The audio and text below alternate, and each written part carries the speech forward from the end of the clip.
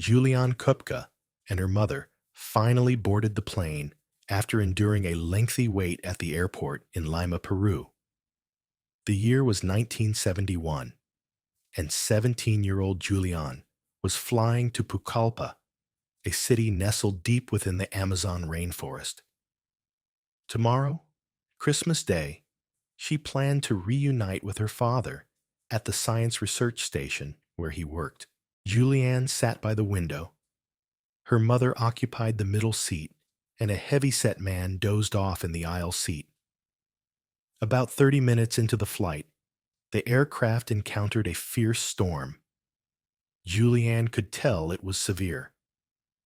The plane began to tremble violently, causing Christmas presents to tumble from the overhead compartments.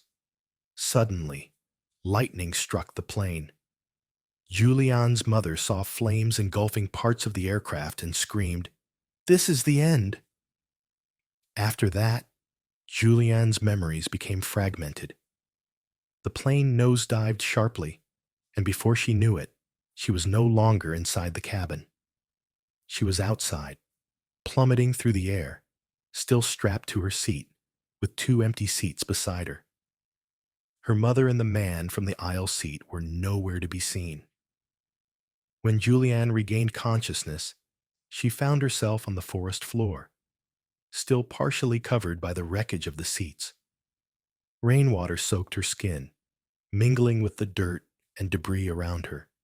She tried to survey her surroundings, but it was difficult. Only one of her eyes would open, and her glasses were gone. Her head throbbed with pain, but what struck her most was the silence. She was completely alone. Attempting to stand, she immediately collapsed back to the ground. Sitting up, she assessed her injuries. Her body had taken a beating. One eye was useless. Her shoulder felt broken, and there were deep gashes on her arm and leg. But miraculously, there were no life-threatening injuries. It seemed unreal that she had survived the fall. Her thoughts turned to her mother. Where was she? Juliane scanned the area, but at first, there was no sign of the plane or any other passengers. Finally, she came upon a heartbreaking scene. 3 lifeless bodies swarmed by flies. Nearby, some Christmas presents dangled eerily from the trees. With a heavy heart, she began to accept that her mother was likely gone. Among the wreckage, Juliane found a small bag of candy and a large Peruvian Christmas cake. The cake was soaked and filthy, but she tried a bite. The taste was revolting, and she tossed it aside in disgust. Days later, weakened by hunger, she would deeply regret leaving the cake behind. But by then, it was far out of reach. She was certain that rescue teams were searching for the plane and any survivors. However, the dense canopy of the rainforest made it nearly impossible to see the ground from above. How long would it take for them to find her? The answer was clear: too long. If she wanted to survive, she would have to leave and find help on her own. Juliane knew a lot about the rainforest. Her parents were German scientists who dedicated their lives to studying its wildlife. Having grown up in Peru, Juliane had spent many happy childhood days exploring the jungle. But now, lost and alone, she had no idea where she was or which direction to take. Her father's advice came to mind. Streams lead to rivers, and rivers lead to people. If you ever get lost in the rainforest, follow a stream. Clinging to his words, she decided to trust them. With determination, Juliane began walking alongside a small stream. She wore only a short skirt and a single summer shoe. The other had been lost in the crash.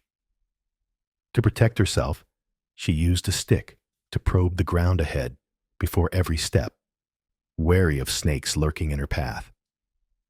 Insects were relentless, biting her exposed skin and crawling into the open wounds on her body.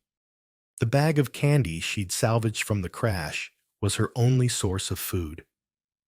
She nibbled on it as she walked, but she didn't feel any real hunger and made no attempt to search for other food. Her focus remained on moving forward, trusting the stream to lead her to safety.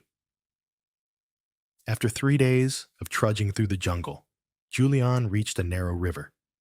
She paused, studying it, and came to a conclusion. No boats pass through here. I need to keep going. She began to travel downstream, alternating between walking along the riverbank and swimming through the water. Above her, the sound of planes broke the silence. Rescue aircraft searching for survivors. Hope surged within her, but the dense forest canopy blocked their view of the ground. Despite her shouts and desperate attempts to be noticed, the planes flew on. After a few days, the sound of aircraft ceased entirely. Juliane realized they've stopped searching. The crushing weight of solitude settled over her. The riverbanks teemed with crocodiles. As she approached, they splashed into the water, startling her at first. But her knowledge of the region reassured her. These crocodiles weren't aggressive toward humans. Their movements weren't an attack, but an attempt to hide. The stingrays in the river, however, were far more dangerous. A stingray's barb could deliver a deadly wound, so Juliane took precautions. With every step, she used her stick to prod the riverbed ahead of her. If a stingray struck, it would hit the stick, not her. Her injuries were worsening. The cut on her arm, in particular, was becoming infected. Insects buzzed around it, and she could see that it was deteriorating. Despite her attempts to rinse it clean in the river, the wound festered. A grim thought haunted her. If I don't find proper medicine soon, I'll lose my arm. After days without food, Juliane's strength was fading rapidly. She could no longer muster the energy to walk or swim for long. At times, she simply let herself drift in the water, half conscious as the river carried her along. On the 10th day after the crash, the stream led her to a larger river. To her astonishment, she spotted a boat. At first, she thought it might be a hallucination brought on by exhaustion, but when she reached out to touch it, her fingers met solid wood. It was real. Near the boat, a small path with steps led upward. Weak and unsteady, Juliane tried to climb them, but couldn't make it to the top. She fell back repeatedly, each attempt draining her further. Finally, after hours of determined effort, she managed to crawl to the top of the path. There, she discovered a small shelter. Exhausted, she lay down inside the shelter, her mind racing. Though the boat was a lifeline, she decided against using it. She simply didn't have the strength to row. As she rested, she heard voices. Moments later, 3 woodcutters arrived at the shelter. They were stunned to find her alive and in such a state. Wasting no time, they cleaned the infected wound on her arm and loaded her into their boat. 11 grueling hours later, they delivered her to the nearest doctor. Juliane spent months recovering in the hospital. Though her vision in one eye was permanently impaired, her overall health returned. Of the 92 passengers on the flight, Juliane Köpke was the sole survivor.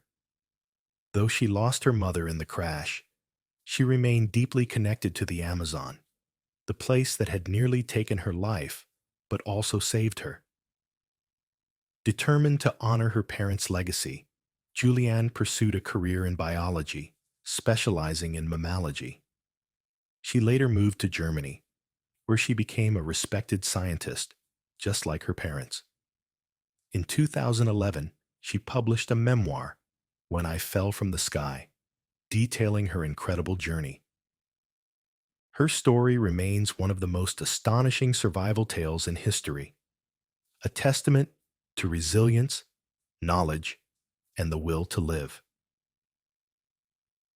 If you enjoyed this story, please give the video a thumbs up and subscribe to the channel for more inspiring tales like this one.